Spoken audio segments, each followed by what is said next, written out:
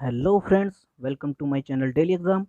आज है 8 जून 2021 और 8 जून 2021 से जितने भी इम्पोर्टेंट क्वेश्चन हैं वो आपसे डिस्कस करूंगा और उनसे रिलेटेड इम्पोर्टेंट फैक्ट भी आपसे शेयर करूंगा। तो चलिए स्टार्ट करते हैं। पहला question, world food safety day कब मनाया जाता है? 7 जून को। यह हर साल 7 जून को मनाया जाता है। और विश्व खाद्य दिवस, वर्ल्ड सेफ्टी डे, 7 जून को विश्व स्तर पर मनाया जाता है। इस दिन को मनाए जाने का उद्देश्य विभिन्न खाद्य जनित जोखिमों और इसके रोकथाम के उपायों के बारे में जागरूकता बढ़ाना है। साथ ही इस दिन एक अभियान जागरूकता भी चलाया जाता है कि किस प्रकार खाद्य सुरक्षा हमारे लिए अधिक महत्वपूर्ण है, जो जीवन में विभिन्न अन्य महत्वपूर्ण कारकों जैसे मानव स्वास्थ्य, आर्थिक विकास और कई अन्य से संबंधित है। इसके अलावा इस दिन निश्चित रूप से खाद्य सुरक्षा और कृषि, सतत विकास और बाजार पहुंच जैसे अन्य तलों के बीच इस संबंध भी सुनिश्चित किया जाता है। इस वर्ष की जो थीम थी वो थी safe food today for a healthy tomorrow, यानी स्वस्थ कल के लिए आज का सुरक्षित खाना है। यह इस बात पर जोर देता है कि सुरक्षित भोजन के उत्पादन और खपत के तत्काल और दीर्घकालिक लाभ हैं। हमें लोगों, जानवरों, पौधों, पर्यावरण और अर्थव्यवस्था के स्वास्थ्य के बीच प्रणालीगत संबंधों को पहचानने से भविष्य की जरूरतों को पूरा करने में मदद मिलेगी। अब ये विश्व खाद्य सुरक्षा दिवस, वर्ल्ड फूड सेफ्टी डे जो है, इसके बारे में थोड़ा जानते हैं। ये पहली बार विश्व खाद्य सुरक्षा दिवस दिसंबर 2018 में संयुक्त राष्ट्र सभा द्वारा अपनाया गया था। 2018 में इसको संयुक्त राष्ट्र सभा द्वारा अपनाया गया था और पहली बार इसे खाद्य सुरक्षा दिवस 2019 में फूड सेफ्टी एवरीवन्स बिजनेस के विषय के साथ मनाया गया था। इस तरह संयुक्त राष्ट्र के खाद्य और कृषि संगठन के सहयोग से विश्व स्वास्थ्य संगठन WHO ने 7 जून 2019 से 7 जून को इसे 2019 से 7 जून को पहले खाद्य सुरक्षा दिवस के रूप में मनाने का फैसला लिया गया। अब ये खाद्य और कृषि संगठन जो है, इसका मुख्यालय रोम इटली में है। इसकी स्थापना 16 अक्टूबर 1945 को हुई थी और इसके जो महानिदेशक हैं वो डॉक्टर क्यूयू डोंग्यू हैं। और इसको जो वो WHO बनाता है। तो अब WHO का जो मुख्यालय है वो जिनेवा स्विट्जरलैंड में है और उसके महानिदेशक जो हैं वो टेड्रोस एडनोम है। नेक्स्ट क्वेश्चन, गण संतोषिनी रेड्डी ने 84 सेकंड में 84 चीनी मिट्टी की टाइल्स तोड़कर विश्व रिकॉर्ड बनाया है। यह किस राज्य की है? तेलंगाना। ये तेलंगाना राज्य की हैं जिन्होंने अभी हाल ही में विश्व रिकॉर्ड बनाया है। संतोषिनी ने 84 सेरेमिक टाइल्स को महज 84 सेकंड में तोड़कर यह विश्व रिकॉर्ड अपने नाम किया है। इस रिकॉर्ड को बनाने वाली संतोषिनी दुनिया की पहली 13 वर्षीय कराटे प्लेयर हैं। ये कराटे प्लेयर हैं और अब संतोषिनी का नाम अंतर्राष्ट्रीय वंडर बुक ऑफ रिकॉर्ड्स में दर्ज किया जा चुका है। इस रिकॉर्ड्स को गणा संतोषी रेड्डी ने इसका तेलंगाना का गठन डे जो था वो 2 जून था। उसको जो 2 जून को अभी हाल ही में 2 जून को 84 महीने पूरे होने के उपलक्ष्य में मनाया, जिसके लिए वह पिछले 5 से 6 महीने से रोजाना अभ्यास कर रही थी। अब बात तेलंगाना की है तो तेलंगाना की कैपिटल हैदराबाद है। वहाँ की गवर्नर तमिलसाई साउंडराजन है और वहाँ के चीफ मिनिस्टर जो हैं वो के चंद्रशेखर राव हैं। नेक्स्ट क्वेश्चन, असम राइफल्स के नए महानिदेशक कौन बने हैं? ये प्रदीप चंद्र नायर। ये एक लेफ्टिनेंट जनरल प्रदीप चंद्र नायर हैं जिन्हें अति विशिष्ट सेवा पदक और युद्ध सेवा पदक भी मिले हुए। इन्होंने असम राइफल्स के 21वें महानिदेशक के रूप में पदभार ग्रहण किया है। उन्हें असम राइफल्स और उत्तर पूर्व का समृद्ध अनुभव है। उन्होंने पहले असम राइफल्स में एक इंस्पेक्टर जनरल और एक कंपनी कमांडर के रूप में कार्य किया है। इसके अलावा एक ब्रिगेडियर कमांडर के रूप में असम राइफल्स बटालियन की कमान संभाली है। अब ये असम राइफल जो है इसके बारे में थोड़ा जानते हैं। ये इसका जो इतिहास है वो लगभग 185 वर्ष 185 साल पुराना है। वर्ष 1835 में इसको कछार लेवी के नाम से इसका गठन किया गया था।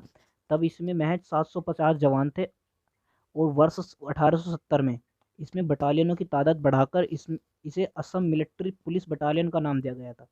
इस बल के जवानों ने पूर्वोत्तर में कानून व व्यवस्था की स्थिति बनाए रखने में तो अहम भूमिका निभाई ही है, बल्कि इसने प्रथम विश्व युद्ध में ब्रिटिश सेना की ओर से हिस्सा भी लिया था।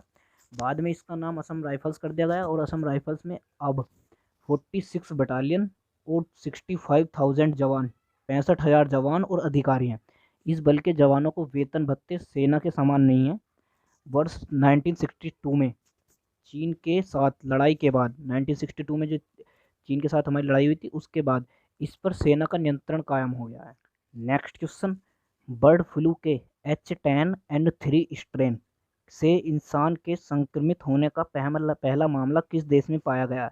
चाइना में। चाइना के पूर्वी प्रांत जियोंगसू में एक 41 वर्षीय व्यक्ति की चीन के राष्ट्रीय स्वास्थ्य आयोग के बर्ड फ्लू के H10N3 स्ट्रेन के संक्रमण के पहले मानव मामले के रूप में पुष्टि की गई है। शहर जेनजियांग के निवासी व्यक्ति को 28 अप्रैल को बुखार और अन्य लक्षणों के बाद अस्पताल में भर्ती कराया गया था। उन्हें H10N3 एवियन इन्फ्लुएंजा वायरस होने का पता चला था। अब ये H10N3 है जो इसके बारे में थोड़ा जानते हैं। ये H10N3 एक कम रोगजनक या अपेक्षाकृत कम गंभीर है। पोल्ट्री में वायरस का तनाव और बड़े पैमाने पर इसके फैलने का जोखिम बहुत कम था। चीन में एवियन इन्फ्लुएंजा के कई अलग अलग प्रकार के मौजूद वायरस हैं और कुछ छिटपुट रूप से लोगों को संक्रमित करते हैं और आमतौर पर वे जो मुर्गा पालन करते हैं उनको ये जो स्ट्रेन है ये उनमें काफ़ी पाया जाता है जो मुर्गा पालन करते हैं। वर्ष 2016 और 17 के दौरान एक ऐसा ही स्ट्रेन आया था जिसका नाम था H7N9 स्ट्रेन, जो बर्ड फ्लू का स्ट्रेन था। उससे लगभग 300 लोगों के मौत हुई थी। उसके बाद में बर्ड फ्लू के साथ मानव संक्रमण की कोई महत्वपूर्ण संख्या नहीं दिखी है। अब बात ये चाइना है, चाइना में स्ट्रेन था तो चाइना की है। तो चाइना की कैपिटल बीजिंग है, वहाँ की जो प्रेसिडेंट है शी जिनपिंग है और वहाँ की जो करेंसी है वो रेनमी नबी। अभी हाल ही में चाइना में थर्ड चाइल्ड पॉलिसी ये योजना लागू की गई है। वहाँ की जो कपल्स हैं वो अब 3 बच्चे पैदा कर सकते हैं। और अभी हाल ही में चाइना को एक महत्वपूर्ण सफलता प्राप्त हुई है, जो उसका मार्स मिशन था, उसका जो चुरोंग रोवर ये अभी मंगल ग्रह पर सफलतापूर्वक उतारा जा चुका है।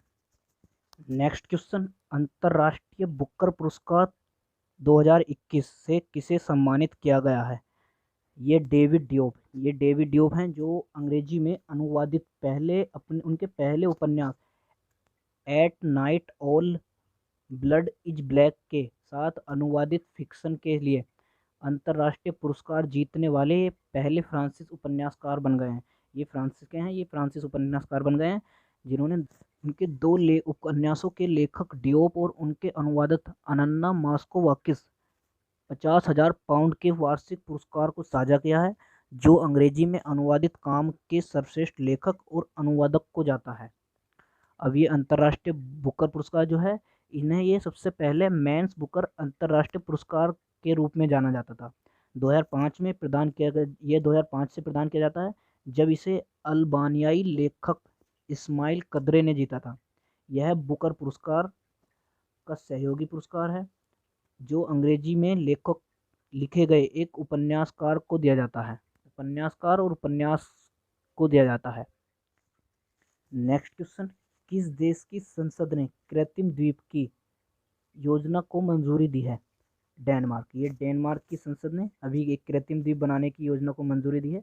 अभी डेनमार्क की जो संसद का नाम है वो फाल्केटिंग्स है। जैसे अपने इंडिया की संसद का नाम पार्लियामेंट, इंग्लिश में पार्लियामेंट बोलते हैं, ऐसे वहाँ की संसद का नाम जो है वो फाल्केटिंग्स है। अब बात डेनमार्क की है तो डेनमार्क की कैपिटल कोपेनहेगन है और वहाँ के प्राइम मिनिस्टर जो है मैटे फ्रेडरिक्सन है और वहाँ की करेंसी जो है वो डेनिश क्रोन है।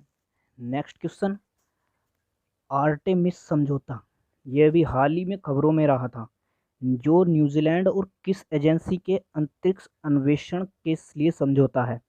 नासा। यह भी न्यूजीलैंड और नासा के साथ अंतरिक्ष अन्वेषण के लिए समझौता है। नासा ने अभी साल 2024 तक चंद्रमा के दक्षिणी ध्रुव पर पहला मानव शिविर आर्टेमिस स्थापित करने की योजना का ऐलान किया है। नासा वर्तमान में आर्टेमिस कार्यक्रम पर कार्य कर रहा है, जिसका उद्देश्य 2024 तक चंद्रमा पर मनुष्य को उतारना है। इस संबंध में नासा ने 2 अप्रैल को राष्ट्रीय अंतरिक्ष परिषद को 13 पृष्ठ की एक रिपोर्ट सौंपी है।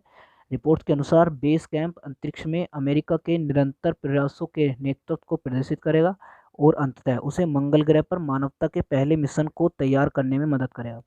अब जो नासा है, NASA plan for sustainable lunar exploration and development शीर्षक रिपोर्ट, अभी ये नासा ने एक रिपोर्ट जारी की है, इसका नाम मैं दोबारा बता देता हूँ।